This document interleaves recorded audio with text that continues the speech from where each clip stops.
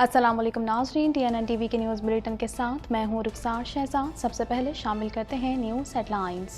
पाकिस्तान ने नाम निहाद भारतीय हदबंदी कमीशन की कश्मीर से मुतालिक रिपोर्ट मुस्तरद कर दी। भारत के नाज़िमुल उमूर को वज़ारत ख़ारजा में बुलाया गया और डिमार्श सौंपा गया।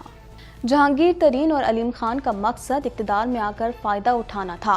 इमरान खान कहते हैं जहांगीर से इख्तलाफात शुगर माफिया के खिलाफ कार्रवाई पर हुए। अलीम 300 एकड़ ज़मीन कानूनी करवाना चाहते थे। नाअहली रेफरेंसेस मुनारिफ PTI अरकान असम्बली ने जवाब इलेक्शन कमीशन में जमा करा दिए। मेंबर बलोचिस्तान शाह महमूद जतोई कहते हैं 14 मई तक कमीशन ने फैसला करना है। इमरान खान ने लॉन्ग मार्च की तारीख का ऐलान किया तो लग पता जाएगा। शेख रशीद कहते हैं मुस्लिम लीग नून की तरफ से जलसों की इब्तिदा जल्द इलेक्शन की कड़ी है। ओलंपिक काउंसिल ऑफ एशिया ने एशियन गेम्स मुलतवी होने की तस्दीक कर दी। इस हवाले से executive board, Asian games committee और चीनी हुक्काम ने बाहमी मुशावरत से फैसला किया। चांद पर जुर्म की सज़ा ज़मीन पर मिलेगी, कनाडा ने बड़ा ऐलान कर दिया। नासा के मुताबिक इंसान को 2025 में दोबारा चांद पर उतारा जाएगा। मॉन्ट्रियल का रीसाइक्लिंग प्रोग्राम इंतहाई तशवीशनाक हालत में है। माहिरीन कहते हैं डिपॉजिट का वसी निज़ाम बोझ को कम करेगा, ताहम फजले में कमी और भी बेहतर है। टोरंटो डिम्स्टर से मिलने वाली इंसानी बाकियात एक छोटी बच्ची की है। पुलिस ने पोस्टमार्टम के बाद तस्दीक कर दी। बच्ची की उम्र 4 से 7 साल के दरमियान थी। आलमी महलिक वबा कोरोना वायरस की छठी लहर के दौरान 3 इलाकाई आला डॉक्टरों ने ओंटारियो हुकूमत को मरासला लिख दिया। डॉक्टरों का इंडोर्स मास्क पहनने की बहाली पर जोर। रूस के सदर पुतिन ने इसराइल से मुआफ़ी मांग ली। रूसी वज़ीर ख़ारजा सरगई लारूफ ने यूक्रेन के सदर ज़ेलेंस्की का हवाला देते हुए कहा था कि हिटलर की रगों में भी यहूदी खून था। चीन ने दुनिया की बुलंद तरीन चोटी माउंट एवरेस्ट से खुदकार मौसमियाती स्टेशन नब्ज कर दिया। रिपोर्ट्स के मुताबिक दुनिया के इस बुलंद तरीन वेदर स्टेशन के लिए 12 रुकनी टीम ने ज़रूरी सामान चोटी तक पहुंचाया। हेडलाइंस आपने जानी और अब खबरें तफसील के साथ।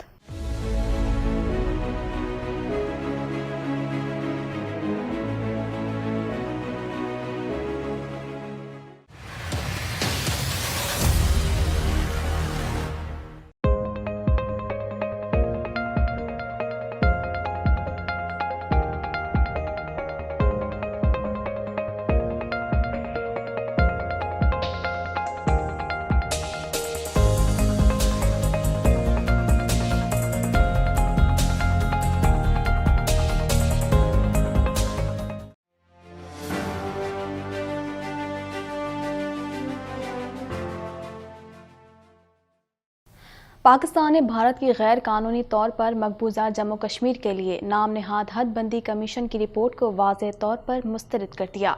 मज़ीद जानते हैं इस रिपोर्ट में। तर्जुमान दफ्तर खारजा के मुताबिक भारत के पाकिस्तान में तैनात नाज़िमुल उमूर को वज़ारत खारजा में बुलाया गया और हुकूमत पाकिस्तान की तरफ से नाम निहाद हदबंदी कमीशन की रिपोर्ट को वाज़ेह तौर पर मुस्तरद करने से आगाह करके डिमॉरिश सौंपा गया। तर्जुमान दफ्तर खारजा ने कहा कि पाकिस्तान की नज़र में ऐसा कमीशन और उसकी जानिब से जारी करदा रिपोर्ट का मकसद गैर कानूनी तौर पर मकबूजा जम्मू कश्मीर की मुस्लिम अक्सरियती आबादी को बेइख्तियार करना है।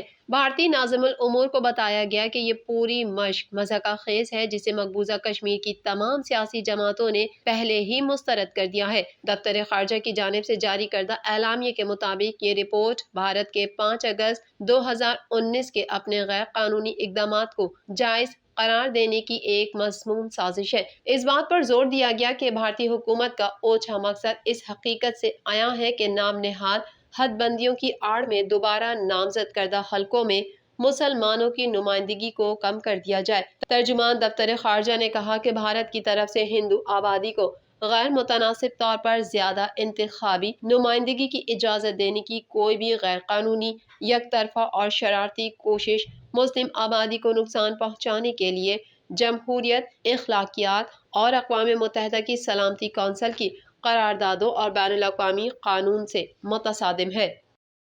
चेयरमैन पाकिस्तान तहरीक इंसाफ इमरान खान ने मुनहरिफ होने वाले अपने पुराने साथियों जहांगीर तरीन और अलीम खान से इख्तलाफात की वजूहात से पर्दा उठा दिया। इस हवाले से मज़ीद जानते हैं। عمران خان نے سوشل میڈیا پر پوڈ کاسٹ میں گفتگو کرتے ہوئے کہا کہ ملکی مفادات پر سمجھوتا کیے بغیر امریکہ سے دوستی چاہتا ہوں، میرا جرم آزاد خارجہ پالیسی تھی۔ عمران خان نے کہا کہ میرے خلاف بہت بڑی سازش ہوئی کہ پاکستان میں موجود میر جعفر اور میر صادق نے ان کا ساتھ دیا۔ ہمیشہ یقین رکھتا ہوں کہ میرا ملک مضبوط، آزاد اور وہ کبھی کسی کے سامنے نہیں جھکے گا۔ انہوں نے کہا کہ عدلیہ نے از خود نوٹس بھی لے لیا اور رات 12 بجے عدالتیں کھل گئیں، لیکن منحرف ارکان کے خلاف کوئی کارروائی نہیں کی۔ ایک سوال کے جواب میں عمران خان نے کہا کہ جہانگیر ترین اور علیم خان نے پارٹی کی کامیابی کے لیے بہت محنت کی، لیکن ان کے آئیڈیلز وہ نہیں تھے جو میرے تھے۔ ان کا اقتدار میں آنے کا کچھ اور مقصد تھا، اسی لیے آج وہ چوروں کے ساتھ کھڑے ہیں۔ ان کا مقصد اقتدار میں آ کر فائدہ اٹھانا تھا۔ عمران خان نے زور دیا کہ اب جس کو ٹکٹ دوں گا اس سے حلف لوں گا کہ اگر کاروبار کرنا ہے تو اقتدار میں نہ آئیں، یہ نہ سمجھنا میں آپ کے کاروبار کو غیر قانونی فائدہ پہنچاؤں گا۔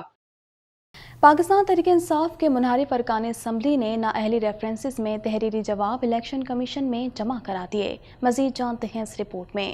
الیکشن کمیشن میں منحرف ارکان اور قومی صوبائی اسمبلی کے نااہلی ریفرنسز پر سماعت ہوئی۔ منحرف ارکان فاروق الطاف، عاصم نذیر، افضل خان دھاندلا، نواب شیر وسیر، راجہ ریاض، نور عالم خان، احمد حسین ڈھیر، رانا قاسم نور، غفار وٹو، مخدوم سمیع الحسن، گیلانی، مبین احمد، باسط سلطان، عامر گوپانگ، اجمل فاروق کھوسا، ریاض مزاری، جویریہ ظفر، وجیہہ قمر، نزہت پٹھان، رمیش کمار نے اپنے جواب جمع کرا دیے۔ وکیل تحریک انصاف فیصل چودھری نے جوابات پڑھنے کی مہلت مانگتے ہوئے کہا کہ سب کے جواب پڑھ کر پھر دلائل شروع کریں گے۔ ممبر بلوچستان شاہ محمود جتوئی نے کہا کہ 14 مئی تک کمیشن نے فیصلہ کرنا ہے۔ چیف الیکشن کمشنر نے بھی کہا کہ منگل تک ہر صورت دلائل مکمل کر لیں تاکہ فیصلے کے لیے وقت مل سکے۔ الیکشن کمیشن نے فریقین کو دلائل دینے کی ہدایت کرتے ہوئے کیس کی سماعت منگل تک ملتوی کر دی۔ سابق وزیر داخلہ شیخ رشید احمد نے کا کہنا ہے کہ امید ہے عمران خان میاں والی کے جلسے میں لانگ مارچ کی تاریخ کا اعلان کریں گے۔ مزید جانتے ہیں اس رپورٹ میں۔